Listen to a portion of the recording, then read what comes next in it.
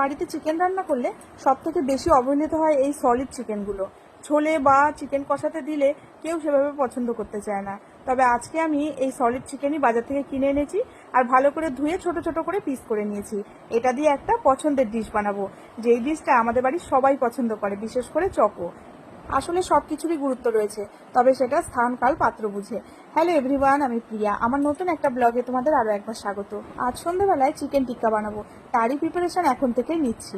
আর choco এটা খেতে খুব পছন্দ করে। দোকানে গেলে তো খাওয়াই হয়, তবে বাড়িতে করলে অনেকটা কিন্তু প্রফিট হয়ে যায়। আমি 400 গ্রাম চিকেন কিনেছি, একদম সলিড চিকেন। তাকে ভালো করে ধুয়ে ছোট ছোট পিস করে নিয়েছি, আর তার মধ্যে কিছু মশলা ম্যারিনেট করে রাখবো।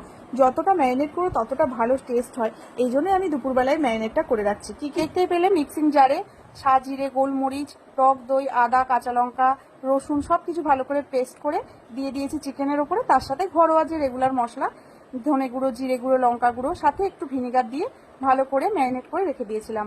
আর এখানে দেখতে দেখতে দিন কেটে গেল, চকো স্কুল থেকে এসে গেছে। চকো দেখো কেমন বড় হয়ে গেল। এই চকোকে স্কুলে নিয়ে গিয়ে সারাদিন বসে থাকতে হতো, আর ওই এখন গেটের কাছ থেকেই স্কুল গাড়িতে উঠে পড়ছে। আর আজকে বেশ মজার সাথে এসেছে, কেননা ওর স্কুল থেকে কি একটা দিয়েছে সেটা দেখানোর জন্য ভীষণ উৎসাহী। এই যে ওর ইউনিফর্মের টি শার্টটা ছোট হয়েছিল, তার অর্ডার করেছিলাম, সেটাই পাঠিয়েছে। তোমরা কি খেয়াল করলে চকো নিজের ব্যাগ থেকে একা একাই টিফিন বক্স আর জলের বোতল বার করে জায়গা মতো রেখে দিল। এটা ওর রোজের ডিউটি। তারপরে হাত পা ধুয়ে খেতে বসা, আর আমার ডিউটি ওকে খাইয়ে দেওয়া। আজকে দুপুরে বানিয়েছিলাম কলমি শাকের চচ্চড়ি আর ডিমের ঝোল, সাথে একটু লেবু কেটে নিয়েছিলাম। ওকে ঘুম পাড়িয়ে চলে এসেছি রান্নাঘরে।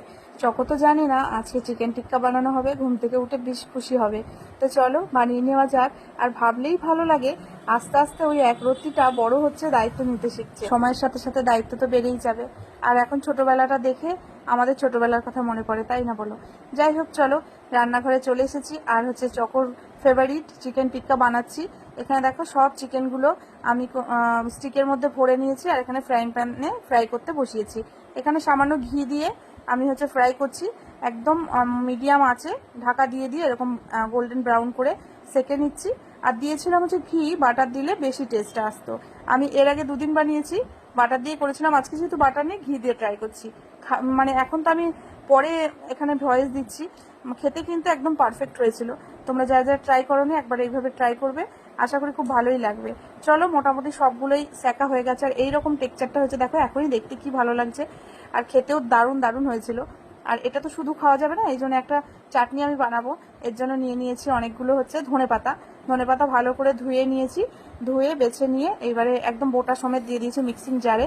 তার সাথে দিয়েছি সামান্য লবণ, স্বাদ মতো চিনি, আর দিয়েছি হচ্ছে টক দই, গোলমরিচ, তার সাথে 2 থেকে 3 কোয়া রসুন, আর হচ্ছে একটুখানি ঝালের জন্য কাঁচা লঙ্কা দিয়ে ভালো করে ব্লেন্ড করে নিয়েছি। এর উপরে একটু তড়কা দিলে ভালো হয়, কিন্তু আমার সময় হাতে কম ছিল বলে তড়কা সেভাবে দিইনি। এভাবেও কিন্তু দারুণ লেগেছিল খেতে।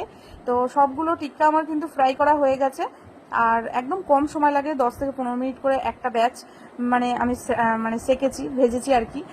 একটু চাপা দিয়ে দিয়ে ভেজেছি মিডিয়াম আছে। আর এবারে যখন খাওয়ার আগে আর কি একটুখানি ঘি ব্রাশ করে নিয়ে একটু গ্যাসের উপরে সেঁকে নেব। বাটারটা ব্রাশ করলে টেস্টটা আরও একটু বেশি ভালো হতো। এটা যেহেতু আমি 3rd টাইম বানাচ্ছি, তাই জন্য ঘি দিয়ে ট্রাই করলাম। তোমরা যারা যারা এইভাবে বানাওনি, একবার বানিয়ে বাড়িতে খেয়ে দেখবে, অনেকটাই প্রফিট। আমরা দোকানে তো অনেকটা দাম দিয়ে এই টিক্কাগুলো কিনে খাই, আর সেখানে আমি 500 গ্রাম চিকেন নিয়ে বাড়ির সবাই মিলে কিন্তু আয়েশ করে খেয়েছি। চকো তো বেজায় খুশি, প্রায় প্রত্যেক দিন পেলেই এরকম ভালো হয়। তবে প্রত্যেক দিন তো আর খাওয়া যাবে না, যখন ইচ্ছা হবে তোমরা বানিয়ে খেতে পারো। চলো তাহলে ভিডিওটা এখানে শেষ করছি। কেমন লাগলো জানাতে ভুলো না কিন্তু।